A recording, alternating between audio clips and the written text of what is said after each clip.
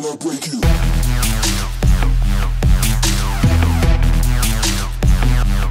Salut les bandits, moi c'est Vassili et bienvenue au programme Gear One. Merde, je suis arrêté sur le passage piéton. Je le fais jamais normalement, mais bon. J'aimerais quand même partager mon petit avis personnel concernant les M, les dernières M qui sortent. Que ce soit X5M, que ce soit M5, que ce soit M3, que ce soit M2. M2 c'est la première, donc on va pas la juger, hein, on l'a testée, elle était magnifique. J'espère que vous avez vraiment aimé cette vidéo parce qu'on s'est donné beaucoup de peine à la filmer. Et si vous ne l'avez pas vue, allez-y s'il vous plaît sur notre chaîne Gear One Live. La vidéo s'appelle Ma rencontre avec la belle M2. Une vidéo qui envoie du bon son, c'est vraiment lourd cette caisse. Allez la voir. Donc, continuons la discussion concernant les M. Mon avis personnel, je vous le donne. Donc avant, BMW ils étaient connus déjà pour leur moteur. C'est un des premiers motoristes au monde. C'est celui qui va quand même donner beaucoup d'importance à ce qui se trouve sous le capot de votre caisse. Il ne va pas vouloir faire juste un moteur juste pour faire un moteur. Mais il va faire quelque chose d'unique, quelque chose d'innovant. Bref, vraiment que vous sachiez que les trois premières marques qui atteignaient facilement sur leur voiture de série les 100 chevaux au litre sur des moteurs atmosphériques, c'était Ferrari, Porsche et BMW. C'était les trois marques. C'est toujours eux qui travaillent sur le développement de leurs pneus, c'est toujours eux qui travaillent sur les circuits, comment développer les châssis, et ainsi de suite, c'est vraiment des pros. Donc, nous n'allons pas s'éloigner du sujet principal. Donc, ce que je voulais vous dire, c'est que BMW ils étaient toujours connus pour leurs moteurs, qui étaient très puissants, c'était des moteurs atmosphériques, c'était de l'horlogerie. Non seulement ils étaient très puissants, mais ils étaient aussi très fiables. Chaque fois qu'ils sortaient un moteur, des moteurs M, je n'ai jamais connu des moteurs M où il y avait vraiment des problèmes avec ça, avec la lubrification, le système d'alimentation carburant, l'admission, l'échappement, les bougies ou autres. Il n'y avait jamais ce problème-là. Au jour d'aujourd'hui, nous sommes passés, comme je vous ai dit dans la vidéo de la BMW F30, série 3, nous sommes passés dans l'ère des moteurs turbo. Donc BMW ont commencé à sortir des moteurs turbo. Donc c'est des moteurs en soi qui sont compliqués, oui, mais quand on réfléchit que sortir 500 et quelques chevaux d'un 4 litres 4 en mettant deux grosses turbines, c'est pas bien compliqué. Ils ont plutôt travaillé sur leur plage de travail. Leur plage est très large, il y a beaucoup de reprises, c'est vraiment top. Mais maintenant, ils n'ont plus énormément d'argent. Chez BMW, ils doivent faire marcher le marketing. Qui dit marketing dit évidemment économie. D'où on voit très bien que les gars, ils se pressent pas trop de faire des moteurs de port. Juste une petite parenthèse, un petit retour en arrière. BMW M3 46. Donc cette bagnole là, on va la filmer absolument. C'est une vraie voiture de course. Quand elle était sortie, ça a fait grosse fureur, tout le monde la voulait, c'était vraiment un missile. Ils ont fait un moteur, c'était un 3 litres 2 6 cylindres en ligne avec 343 chevaux. Donc c'était un moteur atmosphérique très puissant, très pointu, très bien étudié, c'était juste la folie. Ceux qui connaissent bien ces moteurs, ils vont tout de suite me comprendre. Prenons la M5 E60. C'est un moteur V10 les gars. Ils sont partis chez BMW, ils sont partis de zéro à faire ce moteur là. C'était un moteur exclusif. Ils ont fabriqué ce moteur de A à Z. Ils ont réussi à faire un 5 litres 10 cylindres en V à 90 degrés, sortant d'origine 507 chevaux avec un couple de 520 Nm.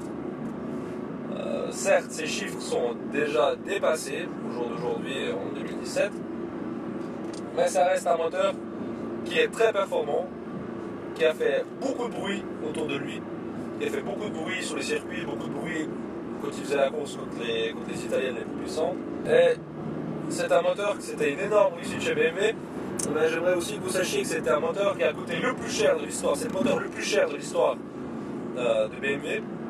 Donc de base, d'origine, un moteur d'origine. Et c'était le moteur atmosphérique le plus puissant de série jamais construit. Donc ça, c'était quelque chose d'impressionnant. Ils sont vraiment partis dans un gros délire. Ils se sont dit, on va faire un truc fameux. Même l'ingénieur principal de BMW Motorsport a affirmé qu'il a construit un moteur beaucoup trop réussi, qu'il a construit un moteur beaucoup trop fameux. Pourquoi il a dit ça? C'est parce qu'il savait très bien en avance que faire mieux que ce moteur-là, ça serait pas possible. Beaucoup disent, mais regardez-moi ça, la nouvelle M5, la F10, mais bien sûr que le pied de la F60, mais regardez la fiche technique, regardez les chevaux, regardez le couple de démons que vous avez. Oui, certes, mais vous n'avez pas le bruit, vous n'avez pas c'est pas un moteur qui est fameux, le S63, le V8, 4 litres 4 biturbo. Et il savait très bien que ça serait difficile de faire quelque chose de mieux que ce moteur. Ils savaient très bien qu'un budget tel ne sera jamais accordé pour faire un moteur de A à Z, donc ils se sont fait plaisir sur le V10 et c'était une énorme réussite. On peut voir plein de vidéos des M5 de 60 qui font du drift, qui font des burns, et ce son du V10, cette symphonie comme beaucoup disent, c'est vraiment impressionnant. C'est vraiment top du top. Moi franchement, j'adore énormément ce moteur et je peux vous dire bien plus que ça, que j'en ai eu dans mon garage. Je l'ai, je suis un possesseur, heureux possesseur de la BMW M5 260. Et évidemment, on va la filmer, je vais vous la présenter, je vais vous montrer qu'est-ce que c'est comme engin, qu'est-ce que c'est comme caisse, et évidemment, je vais vous parler de ses avantages et de ses inconvénients, comme vous avez l'habitude. Mon avis personnel, je trouve qu'il y a le marketing et l'économie. Ils ne peuvent plus fabriquer ce genre de moteur comme le V10 que j'ai parlé juste avant. Ils ne peuvent plus fabriquer des moteurs comme un 6 cylindres atmosphérique, bien méchant, bien pointu, bien puissant.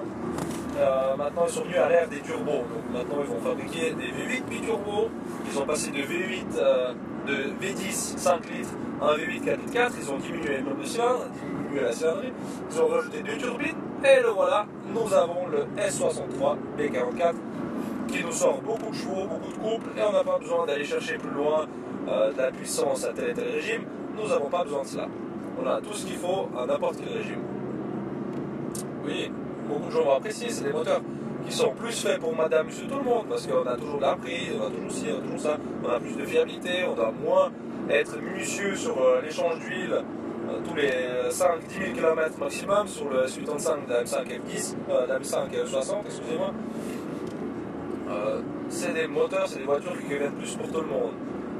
Mais n'oublions pas que c'est vrai que les M, c'était toujours des voitures qui étaient personnalisées, c'était vraiment pour un rendu de sport automobile, pour un rendu de la puissance, pour un rendu de cette motricité de ces moteurs pointus.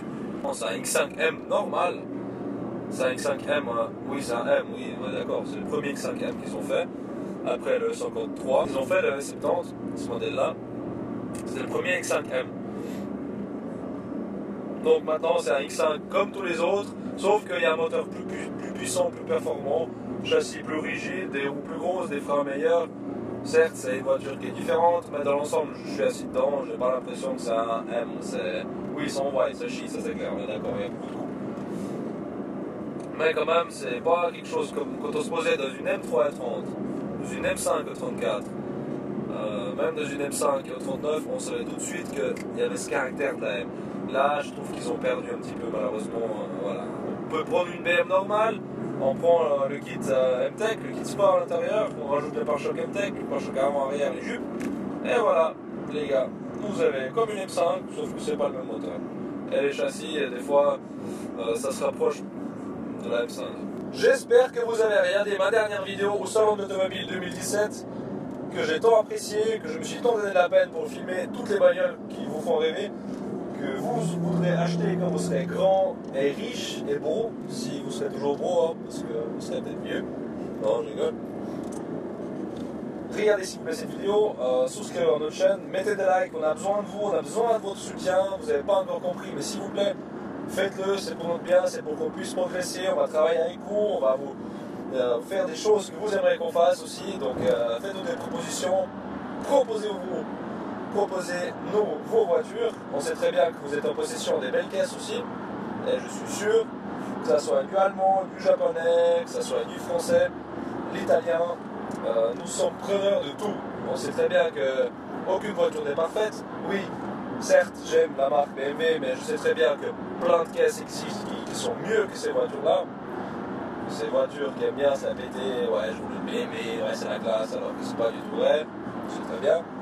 Mais voilà, nous avons tous notre passion, tous notre marque préférée. Alors s'il vous plaît, proposez-nous vos caisses, donnez-nous des idées, demandez-nous de la filmer, de discuter avec vous. On sera très content et très heureux de vous accueillir, de parler avec vous, de passer un bon moment autour de vous avec votre superbe caisse. Et mettez des likes. Et je m'appelle Vassili, et mettez des likes. Je viens de passer à côté d'un radar, il m'a pas flashé. Et c'est la classe.